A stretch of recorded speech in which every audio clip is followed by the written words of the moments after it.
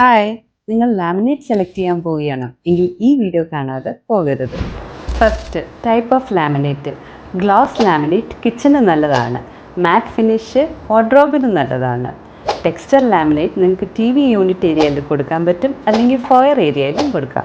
Second, furniture ഷട്ടേഴ്സിന് എപ്പോഴും 1 mm laminate കൊടുക്കുക. 1.25 അല്ലെങ്കിൽ 1.5 mm കൊടുക്കുകയാണെങ്കിൽ അത് ലോങ് ലാസ്റ്റിംഗ് ആയിരിക്കും. അതുപോലെ ഇന്നർ ലാമിനേറ്റ്സ് ഒരു 0.7 mm കൊടുക്കുക.